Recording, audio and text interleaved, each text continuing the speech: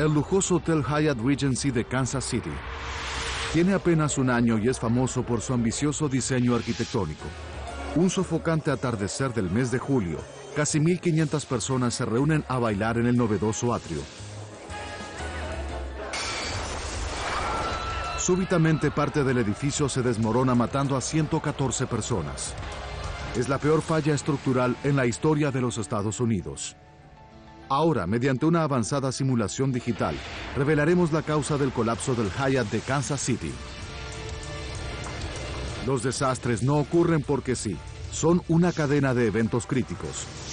Revelaremos las claves y contaremos los últimos segundos catastróficos. Derrumbe de la pasarela. Medio oeste norteamericano. Missouri. Kansas City. 1978. Para muchos foráneos, aún es una ciudad del interior más conocida por su comercio de ganado. En realidad, la ciudad está emergiendo de las sombras de una recesión económica como un centro comercial de amplio espectro. Las autoridades de Kansas City aprueban un gran plan de urbanización que incluye un lujoso hotel de $50 millones, el Hyatt Regency. El proyecto parece destinado a borrar su antigua imagen de pueblo ganadero. Mayo de 1978. Los constructores comienzan la obra del Hotel Hyatt, de 40 pisos y una altura de 150 metros. Al comenzar con la primera fase de la construcción, la firma de ingenieros GCE, de propiedad de Jack Gillam, aún está finalizando el diseño del hotel. Este nuevo concepto significa que el proyecto debería completarse con mayor celeridad que una construcción convencional. Jack Gillam tiene una historia de 10 años de proyectos innovadores, pero la corporación Hyatt espera algo realmente novedoso. Transformar la idea en realidad será uno de los mayores desafíos de la compañía hasta el presente. El detalle central del hotel será el impresionante atrio con techo de vidrio de 44 metros de ancho por 15 metros de alto. 3 pasarelas suspendidas atravesarán este gran espacio, conectando las habitaciones con un centro de conferencias y un complejo comercial. Pero a los 17 meses de comenzada la obra hay un gran retraso. Un sector del techo de vidrio del tamaño de una cancha de tenis se desploma.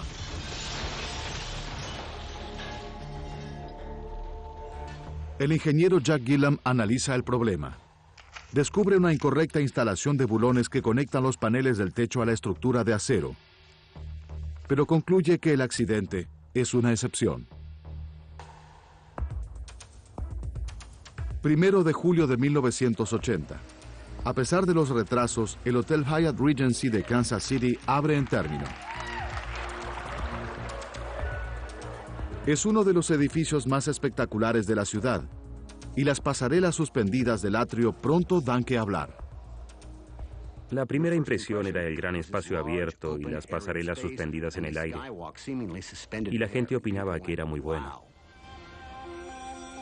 Viernes 17 de julio de 1981, 6 p.m.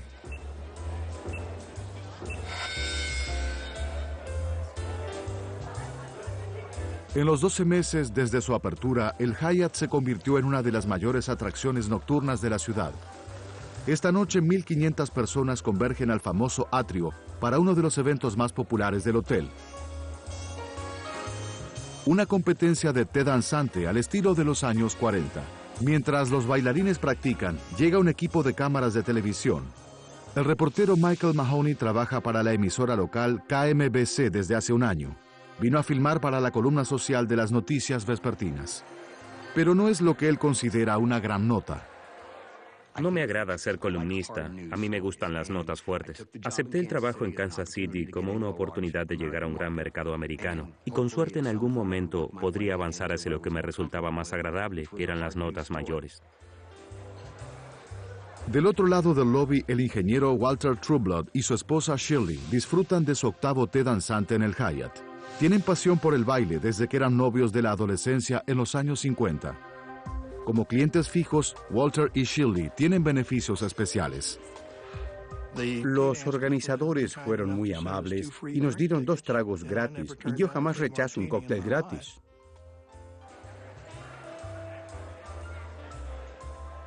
El prestamista Frank Freeman vino por primera vez al baile y está con su pareja desde hace 5 años, Roger Grigsby. Durante semanas estuvieron ansiosos por el baile, y Roger está muy feliz de estar allí. Era extrovertido, conocía a todo el mundo. Veía a alguien por primera vez y parecía que lo conocía de toda la vida. Mientras tanto, Walter y Shirley Trueblood deciden no entrar en la competencia. En cambio, van a la pasarela del primer nivel, junto a muchas otras parejas, a disfrutar de la vista aérea de la pista 5 metros más abajo. 7:04 p.m. La banda da comienzo a un conocido foxtrot y comienza la competencia de baile.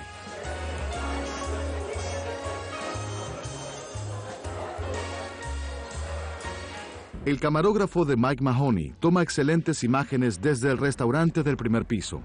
En la pasarela del primer piso, Walter y Shirley Trueblood siguen el compás de la música con sus pies. 9 metros más arriba, docenas de personas observan desde la pasarela del tercer nivel. En el piso del lobby, directamente bajo las pasarelas, Frank Freeman y Roger Grigsby admiran a los competidores.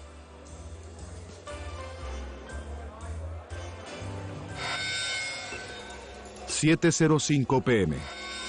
En el restaurante del primer entrepiso, la cámara del compañero de Mike Mahoney se queda sin baterías. En ese momento, Dave estaba preparando su toma, y yo busqué unas baterías nuevas en nuestro bolso. Entonces Mahoney escucha un ruido que llega desde el otro extremo del atrio. Oí un fuerte ruido metálico, ¡pam, pam! Era algo tan diferente de los sonidos del ambiente que de inmediato miré hacia arriba.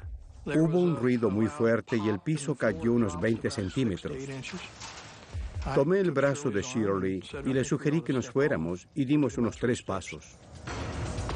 Mike Mahoney estima que los ruidos vienen de las pasarelas de enfrente. Yo estaba al mismo nivel de las pasarelas del segundo piso, y la segunda pasarela comenzó a arquearse. Fueron unos pocos segundos que parecieron una eternidad en ese momento. Se arqueó y de pronto se desplomó. Observan horrorizados cómo caen las pasarelas de vidrio y concreto del primer y tercer piso sobre el lobby lleno de gente. El nivel superior cayó así y toda la masa bajó como un ascensor. Lo veíamos y pensábamos, Dios mío. Docenas de bailarines y espectadores yacen muertos, aplastados bajo 65 toneladas de concreto y acero.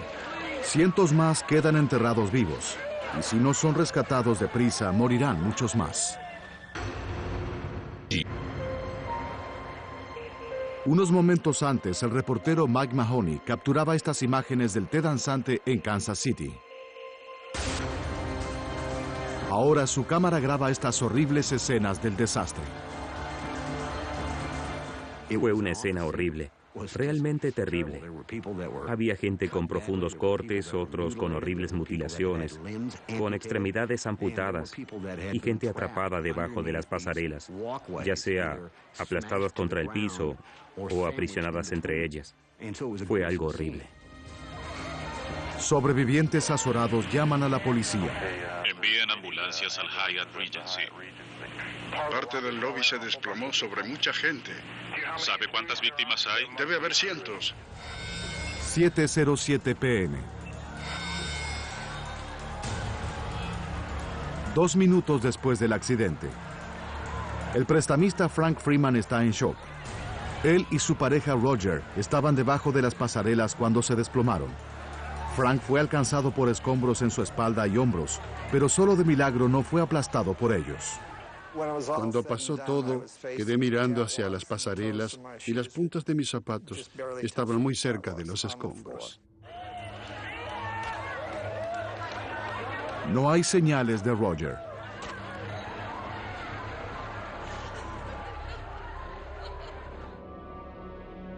A pocos metros de allí, bajo los restos de las pasarelas del primer y segundo nivel, está el tasador de propiedades Mark Williams. Unos segundos antes estaba tomando un trago en el bar.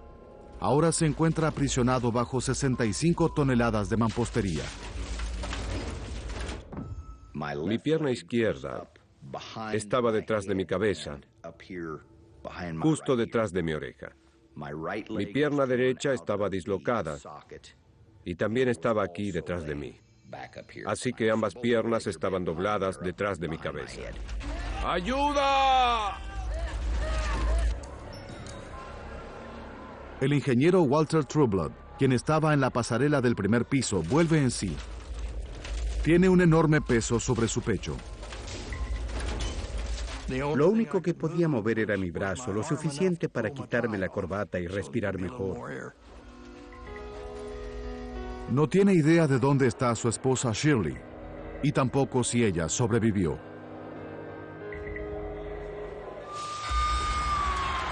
7:17 p.m. Llegan bomberos y rescatistas. Rápidamente improvisan una morgue de emergencia en el lobby del hotel.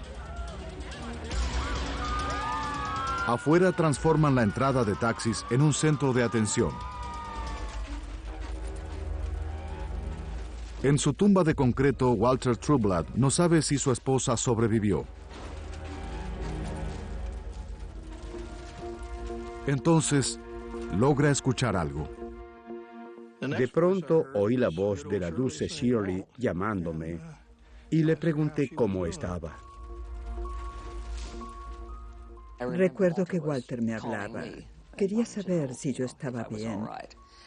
No podíamos tocarnos, pero podíamos hablar.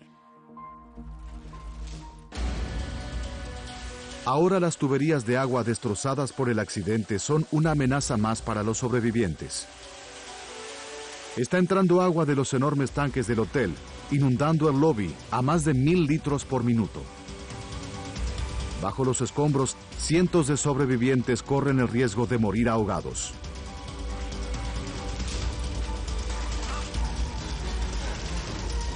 Mark Williams ve cómo el agua sube cada vez más.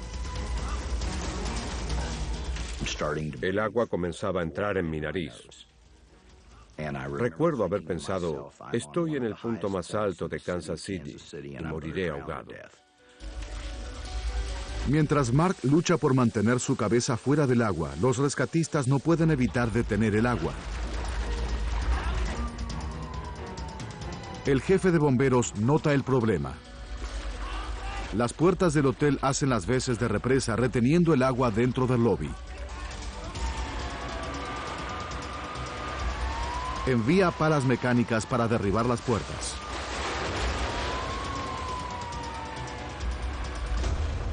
El agua cede, saliendo del lobby.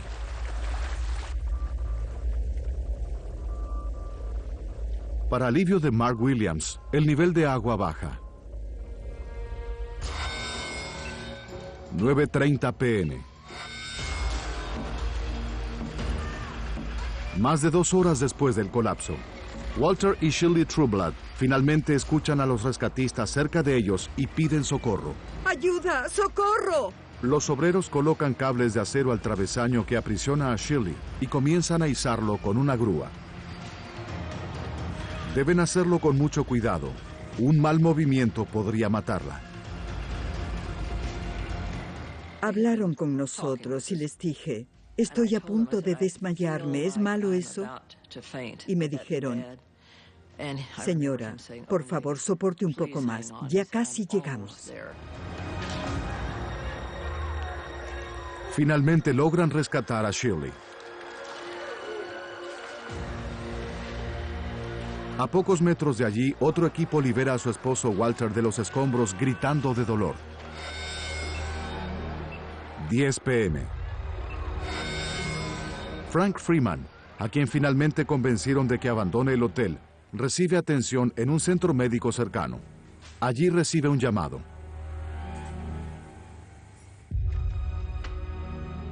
Los rescatistas encontraron el cuerpo de un hombre. Concuerda con la descripción de Roger. Le muestran una fotografía a Frank. Y no se veía como...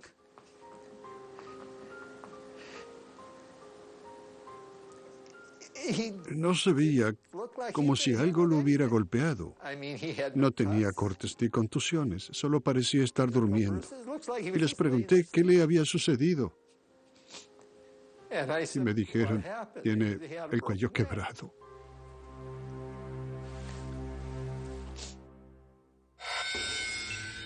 (2:30 AM).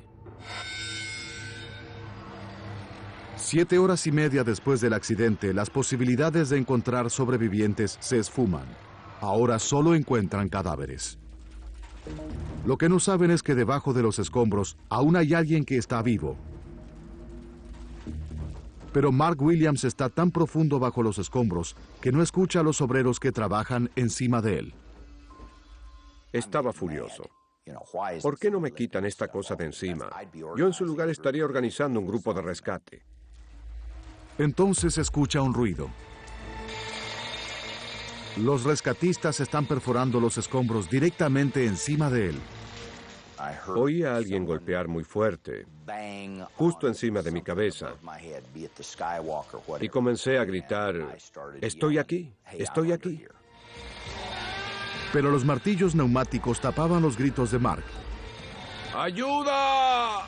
Sobrevivió al derrumbe y a la amenaza de ahogarse. Ahora Mark Williams se enfrenta al terror de sufrir serias lesiones o aún la muerte a manos de los rescatistas. El martillo neumático ataca los escombros nuevamente y pasa entre mis piernas. Y pensaba, el tercer intento vendrá justo en medio de mi espalda, y me preparé a recibirlo. ¡Ayuda! Pero al preparar el martillo para el siguiente intento, alguien finalmente escucha los gritos de Mark. ¡Ayuda! ¡Estoy aquí debajo! Recuerdo que alguien dijo, Dios, hay alguien vivo aquí debajo. 4:30 AM.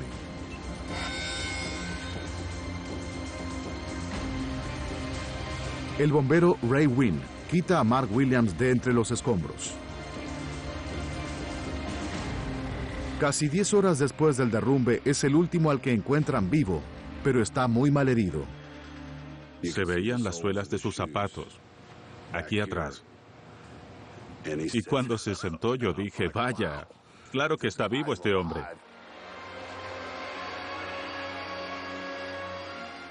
Estaba muy feliz de verlo.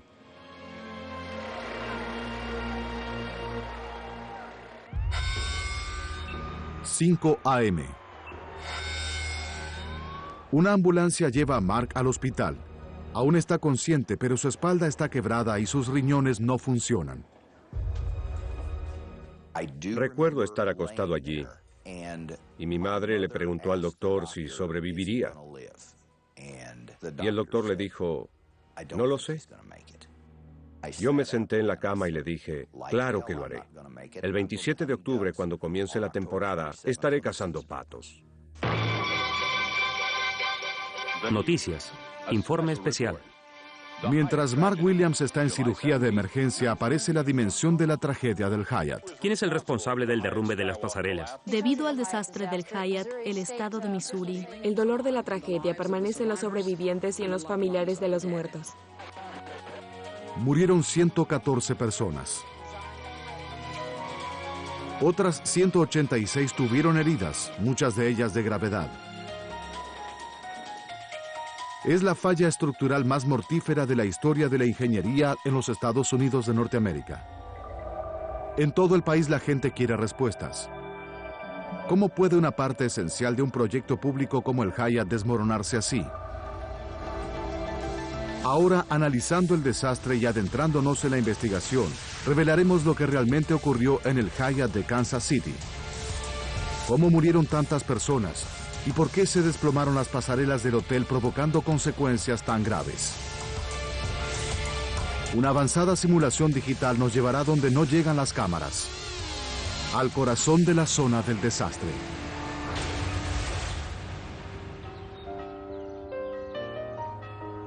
Lunes 20 de julio de 1981. 3 días después del desastre, los deudos realizan los primeros funerales de las víctimas. Kansas City está de duelo.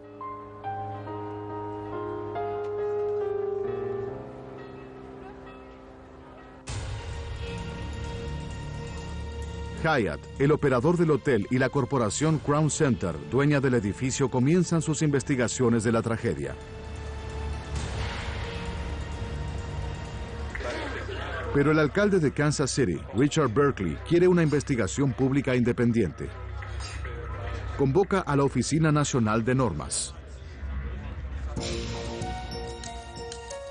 La Oficina Nacional de Normas es un prestigioso organismo federal independiente que realiza análisis científicos para el gobierno de los Estados Unidos, pero su trabajo podría llevar meses. El periódico local Kansas City Star decide tomar un atajo. Quiere que el ingeniero estructural Wayne Lischka sea su investigador de incógnito. El llamado telefónico me sorprendió y no estaba seguro de aceptar el trabajo. Por un lado quería hacerlo porque quería involucrarme y saber lo que realmente sucedió.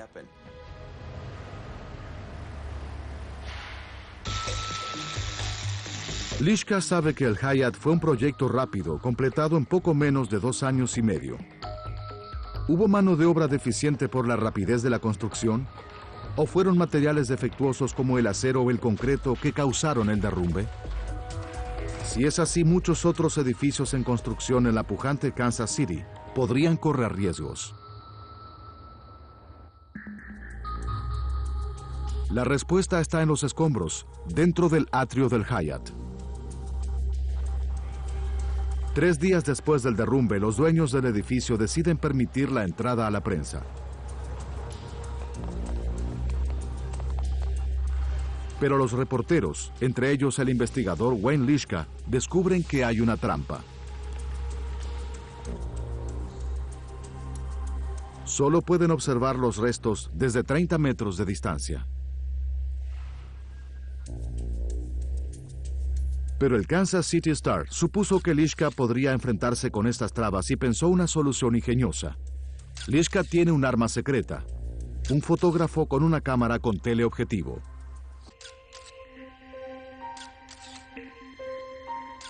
Lischka ve los restos del derrumbe de las pasarelas del segundo y tercer piso apilados en el piso del atrio. Arriba, todo lo que queda de la estructura original son 6 vigas de sujeción de 5 metros aún fijas al techo. Alcanza para que Lischka calcule el diseño de las pasarelas. La pasarela superior habría estado suspendida del techo mediante estas vigas. Lischka calcula que debía haber un segundo conjunto de vigas abulonado a la pasarela superior para sujetar la inferior, 9 metros más abajo. Las vigas de sujeción del techo son la parte esencial del origen de la falla. Lo primero que vi fue que las vigas aún colgaban del techo. Dado que las vigas están intactas, Lischka estima que la estructura falló en el punto de sujeción entre la pasarela superior y las vigas. ¿Fue una fijación defectuosa en este punto lo que falló?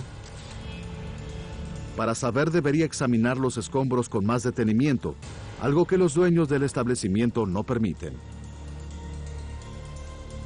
Lischka espera que las fotografías revelen más, pero ahora tiene una idea. El gobierno de la ciudad debe tener un juego de planos del Hyatt. Deben tener los detalles de fijación de las pasarelas y tal vez la clave de la falla. Pero le informan a Lischka que no puede ver los planos, pues se encuentran en pleno proceso de catalogado. Su investigación secreta para el periódico llega a un callejón sin salida.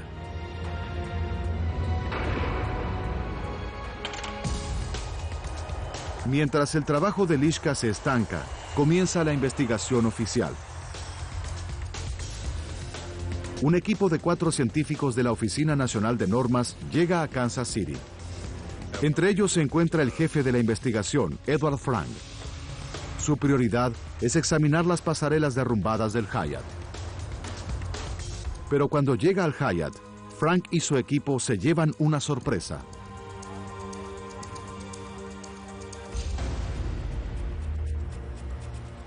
El lobby del edificio está vacío. Los restos de las pasarelas y la evidencia que contienen desaparecieron. Los investigadores de la Oficina Nacional de Normas que investigan el desastre del Hyatt Regency tienen un problema. Los restos de las pasarelas desaparecieron. Los dueños del edificio los llevaron para un análisis particular. Para el jefe de la investigación, Dr. Edward Frank, es un fuerte golpe. Los escombros fueron retirados del lugar y no pudimos verlos. Nos impactó mucho que los hayan quitado. Nos desilusionó mucho. Frank de inmediato solicita a la Corte del Condado de Jackson que le conceda el acceso a los restos en un depósito en el centro de la ciudad. Si la Corte le niega la solicitud a la Oficina Nacional de Normas, la investigación independiente del desastre del Hyatt llegará a su fin. Los investigadores comienzan a analizar declaraciones de testigos buscando pistas de la causa del derrumbe. Muchos dicen que las pasarelas del Hyatt estaban sobrecargadas esa tarde.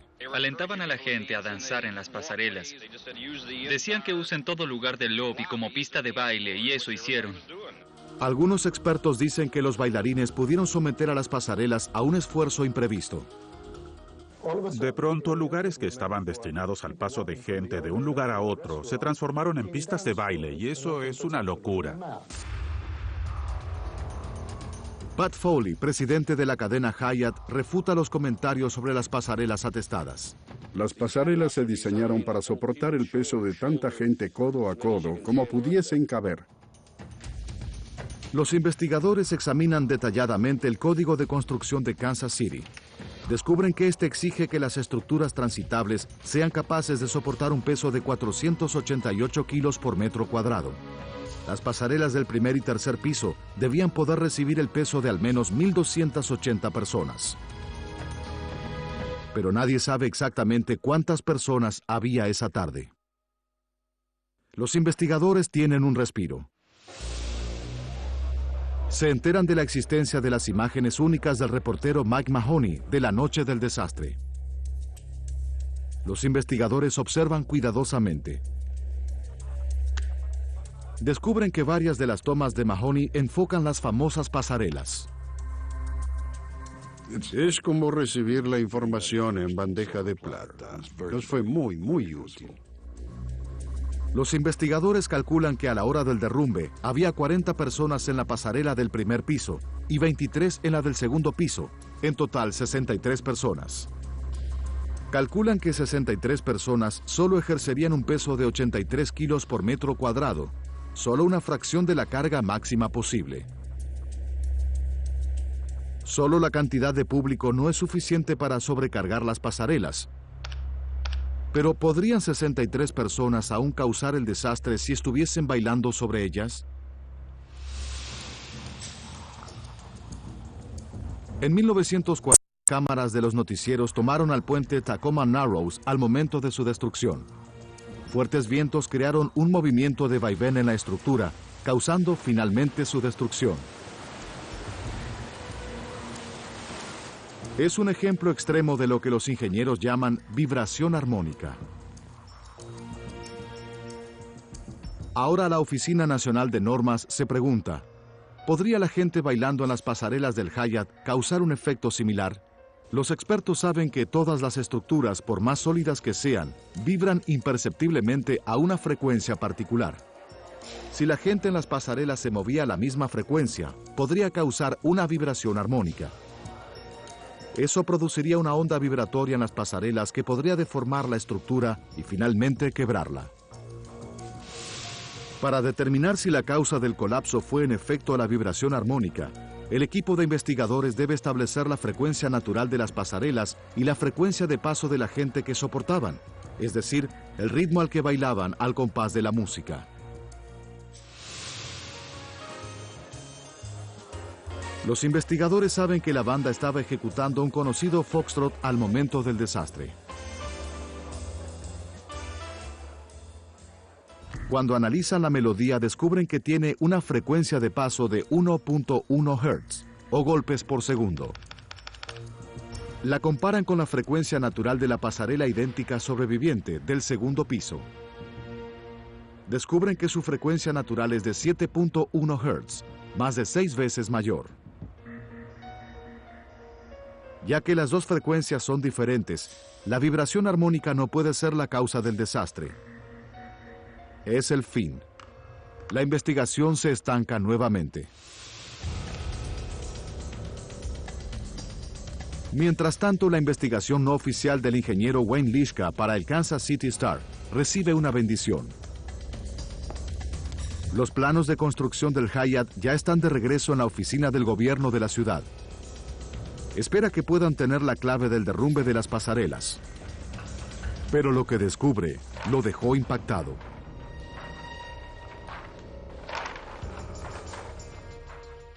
Me impactó sobremanera.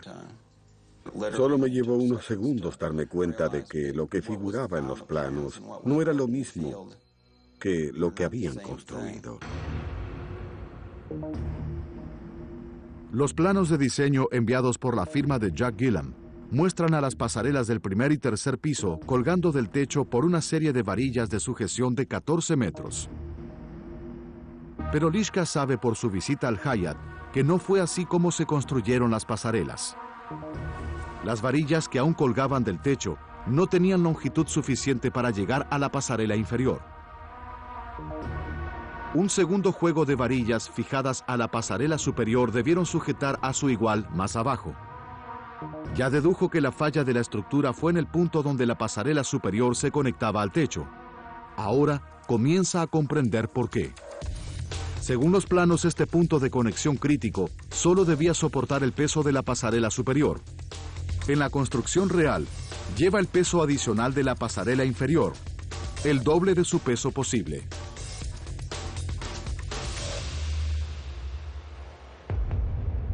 Lischka debe averiguar. ¿Cambió Jack Gillam el diseño del punto de conexión para considerar este peso extra? Horas más tarde, las fotografías de los restos de las pasarelas le dan la respuesta.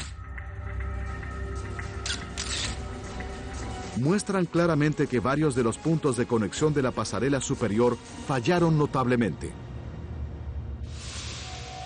3 travesaños forman la estructura básica de las pasarelas. En el punto de conexión, las varillas de sujeción atraviesan el extremo de cada uno de los travesaños o canales y se fijan debajo con una tuerca. Para Lischka es muy obvio por qué el diseño del punto de conexión no era adecuado. Estos son básicamente 2 perfiles en U de 8 pulgadas como los que se usaron en la pasarela. Normalmente, para hacer una pasarela con 2 perfiles, lo que se debe hacer es colocarlos de espaldas y colocar la varilla entre ellos. En el Hyatt, lo que hicieron fue tomar los 2 perfiles y los pusieron de frente para luego soldarlos y formar un tubo rectangular. Soldar ambas piezas hace que sea muy costosa y es muy débil justo aquí. Los tubos de perfiles soldados son adecuados para formar la estructura básica de las pasarelas, pero utilizarlos para formar el punto de conexión es un serio problema. Aquí deben soportar todo el peso de ambas pasarelas. Pero la naturaleza de la estructura transfiere enormes cargas a sus puntos más débiles, sus paredes. Lischka cree que el diseño del punto de conexión era una receta para el desastre.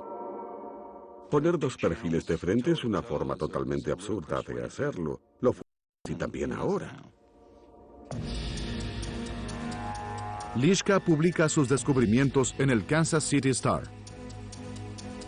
Si está en lo cierto, el derrumbe no fue causado por materiales defectuosos, sino por mal diseño.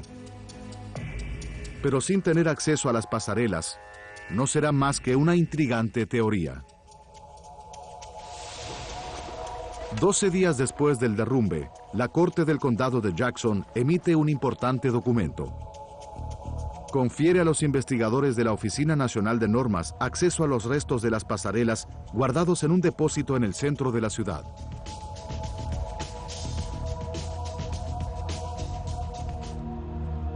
La prioridad de los investigadores es confirmar dónde se dieron las pasarelas. De entre los restos de la pasarela superior, logran rescatar los 6 puntos de conexión y hacen un importante descubrimiento. En cada uno de ellos, las soldaduras de los perfiles se doblaron hacia adentro y arriba, permitiendo que la varilla de sujeción las atraviese.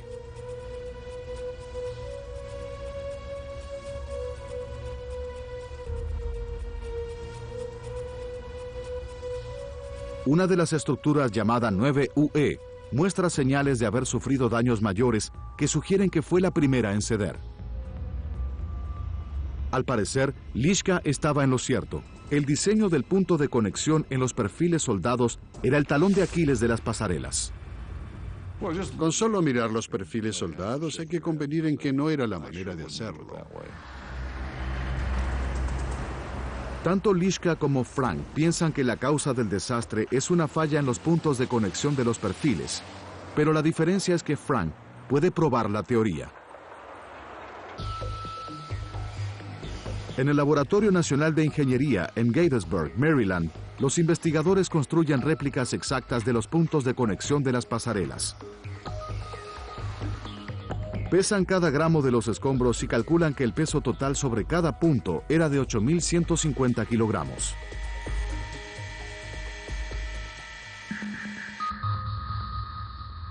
Primero deben averiguar si los puntos de conexión en cuestión podían soportar el peso de las pasarelas solas.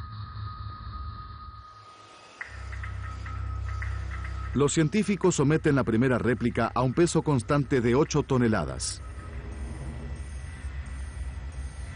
A los 4 segundos no hay cambios.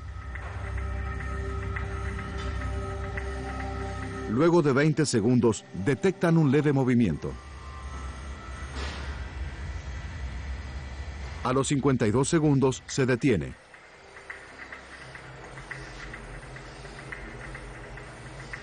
Con el peso de las pasarelas vacías, las paredes de los perfiles comienzan a arquearse, pero la conexión no cede. Pero los investigadores saben que había 63 personas sobre las pasarelas cuando cayeron. Estiman que esto agregaría 1 tonelada más, con lo que la carga llegaría a las 9 toneladas. Repiten el experimento con una segunda conexión idéntica a la anterior. Esta vez agregarán el peso extra en forma gradual para ver qué le sucede a los puntos de conexión. Con 8.070 kilogramos, las paredes laterales se deforman aún más y la base comienza a ceder.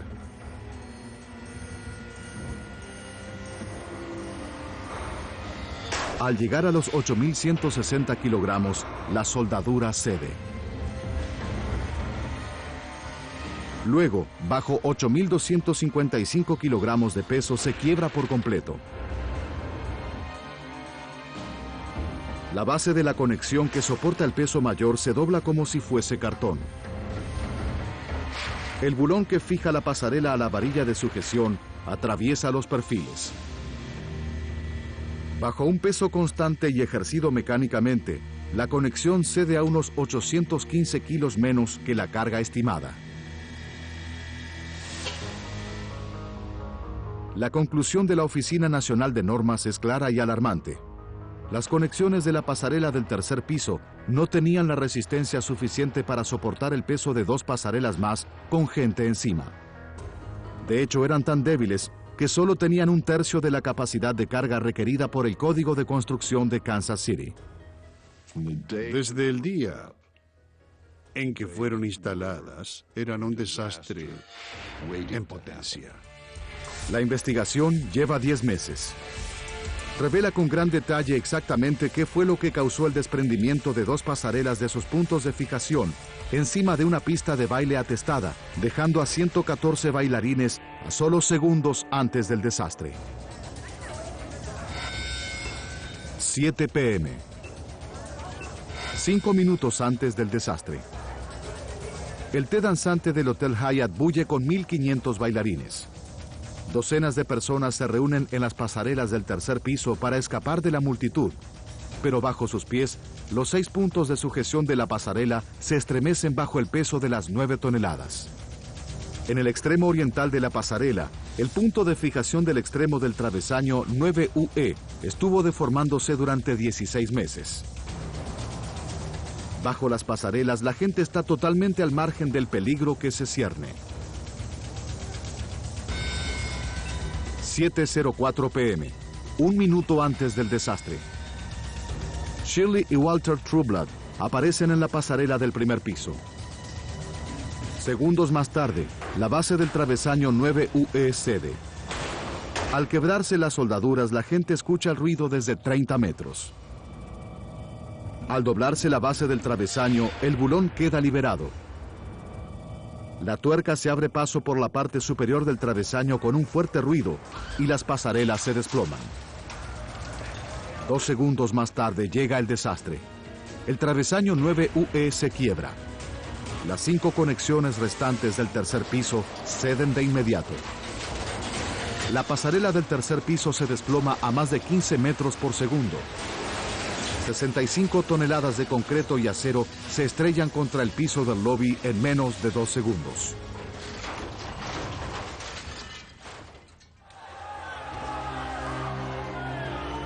Una falla fatal en la construcción de las pasarelas es responsable por la muerte de 114 personas. La tarea de la Oficina Nacional de Normas fue solo para explicar las razones técnicas del derrumbe. Pero las víctimas de la tragedia aún esperan respuestas a las preguntas más importantes. ¿Cómo pudo construirse una estructura transitable sin que nadie se diera cuenta de que tenía fallas? ¿Y quién es el responsable por la falla mortal de las pasarelas? La historia completa surgiría en una serie de juicios sensacionales que se celebrarían a continuación del desastre. Lo que revelaron causaría gran impacto y cambiaría definitivamente el diseño y el sistema constructivo de los Estados Unidos de Norteamérica. Los investigadores revelaron que las pasarelas del Hotel Hyatt de Kansas City se desplomaron debido a serias fallas en el diseño de la fijación a las varillas de sujeción. Los puntos de sujeción tenían solo 1/3 de la resistencia requerida. Ahora todo apunta a Jack Gillam, gerente de la firma de ingeniería GCE que diseñó el Hyatt. Luego de la tragedia, la Sociedad Norteamericana de Ingenieros Civiles y el gobierno del estado de Missouri investigan la responsabilidad de Gillam. Surge que los arquitectos del Hyatt solicitaron los perfiles en tubo para las pasarelas. Los motivos eran estéticos. Los tubos rectangulares son más fáciles de ocultar con mampostería. Pero como ingeniero en jefe, era tarea de Gillam asegurar la corrección de todos los aspectos estructurales de la pasarela. Entonces, ¿qué fue lo que falló? Jack Gillam relata a los investigadores que a un año de comenzada la construcción, su firma envió los planos de las pasarelas y sus puntos de fijación al fabricante, Haven Steel. Haven Steel dice que el diseño con una única varilla de fijación es muy difícil de construir y propone 2 juegos de varillas en su lugar. Un mes después, GCE aprueba el nuevo diseño de las pasarelas. Los investigadores están perplejos. El concepto de Gillam del nuevo punto de fijación está fallado en su origen y el nuevo diseño duplica la carga que soportará. Pero GCE en ningún momento intenta rectificar el problema. ¿Por qué no se detectó el problema? Ahora Gillam hace un terrible reconocimiento. Nadie en su empresa hizo los cálculos de la resistencia de las conexiones de las pasarelas.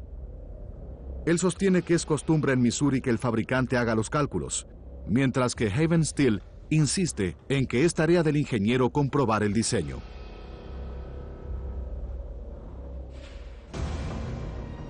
Los investigadores descubren que Gillam tuvo otra oportunidad de evitar la catástrofe. Cuando cayó parte del techo del atrio durante la construcción, la firma de Gillam verificó las conexiones en el atrio, pero nadie verificó las fijaciones de las pasarelas. De haberlo hecho, es casi seguro que el problema habría salido a la luz.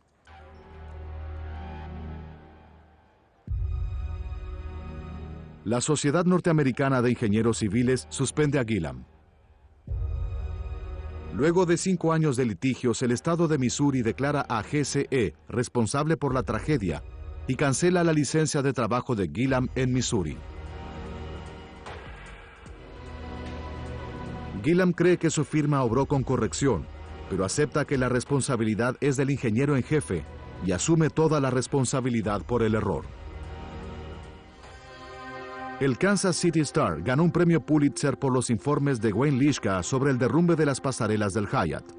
Lischka aún trabaja como ingeniero en Kansas City. Mark Williams pasó 2 meses en terapia intensiva y muchos meses más de dolorosa rehabilitación. Pero el día de la apertura de la temporada de caza, lo logré. Mi fisioterapeuta me llevó sobre su espalda por el pantano y llegué a cazar patos en el día de apertura. A pesar de sufrir fractura de columna y la dislocación de ambas piernas, Mark se repuso por completo.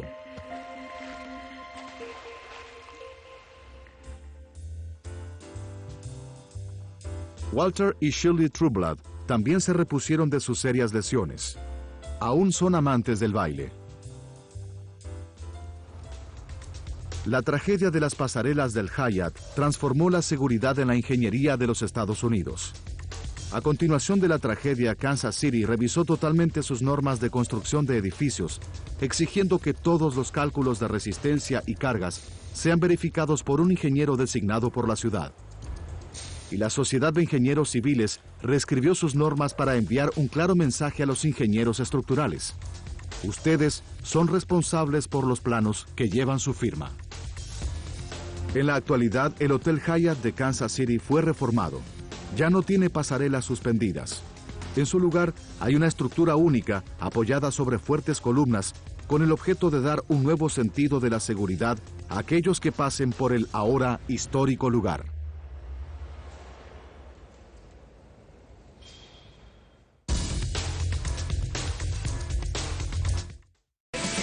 ¿Estás preparado para un nuevo episodio? Preppers. Próximo miércoles a las 11 en Nat Geo.